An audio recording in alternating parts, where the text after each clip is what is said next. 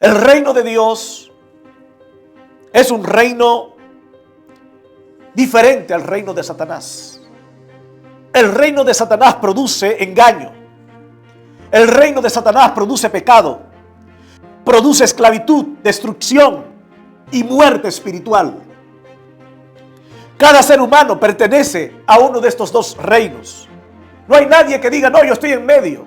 Yo no pertenezco ni a la luz ni a las tinieblas. Eso es mentira y es imposible. O eres de Dios, o estás con el diablo. No hay términos medios. Jesucristo vino al mundo para libertarnos, librarnos del dominio de las tinieblas. Y Él nos ha trasladado del reino de las tinieblas a su reino de luz. Es un reino glorioso, es un reino inconmovible, es un reino poderoso y eterno. Y Él reina, Jesús reina como Señor y Rey. Porque donde Él gobierna hay libertad. Donde gobiernan las tinieblas hay cautividad y oscuridad. Por eso la pregunta más importante que podemos hacernos es: ¿quién está gobernando nuestras vidas? ¿Está gobernando Cristo sobre nosotros o está gobernando Satanás?